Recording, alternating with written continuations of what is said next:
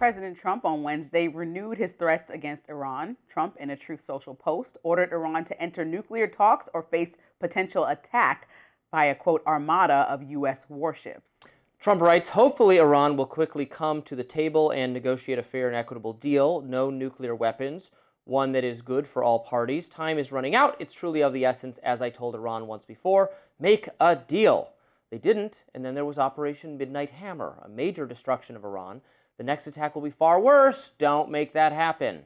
Now, Secretary of State Marco Rubio said that Iran's regime is probably the weakest it has ever been and has as the U.S. moves warships into the region. The German Chancellor sided with Trump, saying, quote, a regime that can only hold onto power through sheer violence and terror against its own population, its days are numbered. The Iranian mission to the United Nations responded to Trump's demands, writing on X, quote, Iran stands ready for dialogue based on mutual respect and interests, but if pushed, it will defend itself and respond like never before. Meanwhile, Iran's neighbors and its allies, the United Arab Emirates and Saudi Arabia, reiterated that their airspace, territory, and waters will not be permitted for use if military action against Iran does take place. Gregory Brew, an analyst and expert on Iran with the Eurasia Group, told The Hill this is an effort by regional states to manage their relationship with Tehran while also remaining on good terms with the United States by essentially signaling in both directions that we're not taking a side in this. I think this is a bit of like coercive diplomacy. I mean, we can obviously see what's going on here. He's trying to talk big to Iran to get them to behave.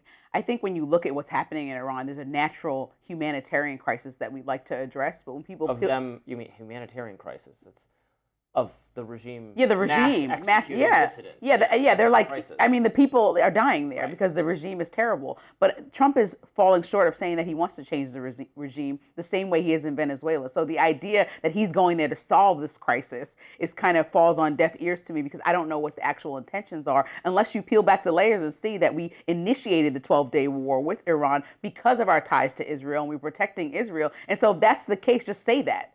And people are like, okay, are we really trying to save the day in the Middle East and do regime change and have them have democratic elections? Or are we just supporting our ally? Like, what is it?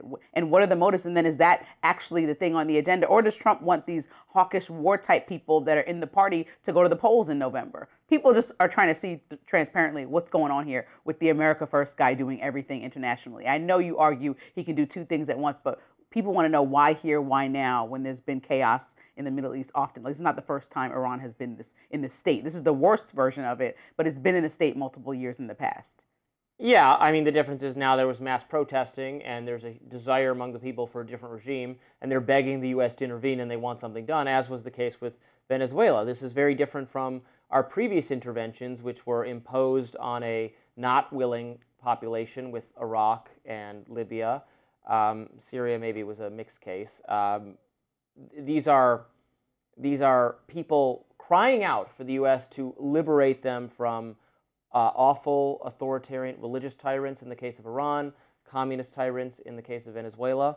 And I think it's a tough call on what should be done. Now, what should be done is a conversation in the halls of Congress, because I say this every single time, I do not believe the president should have the unilateral authority to make these decisions by himself. Not this specific president, but any president. And so we would have these things discussed and debated, and we would weigh the pros and cons of more intervention. And then if the American people disagreed, they could punish their leaders by voting them out of office if they don't like what they did, in the same way that Hillary Clinton was haunted by her vote to authorize the Iraq War because that ended up being unpopular among many people. That's how it's supposed to work. That's why George W. Bush, whatever you might think of him or the decision he made, was right to go to Congress and get that authority. But we're not actually making a plan. So, in Venezuela, there's we left the same leadership in, an ally to Maduro. So, every time people ask Trump a question, are you planning on changing leadership over there and holding fair elections? He really says that's not on the immediate agenda. So I assume it's not on the immediate agenda in Iran either. Democratic leaders are working towards a deal to avoid yet another government shutdown. I'm going to break down their list of priorities in my lens. Stick around.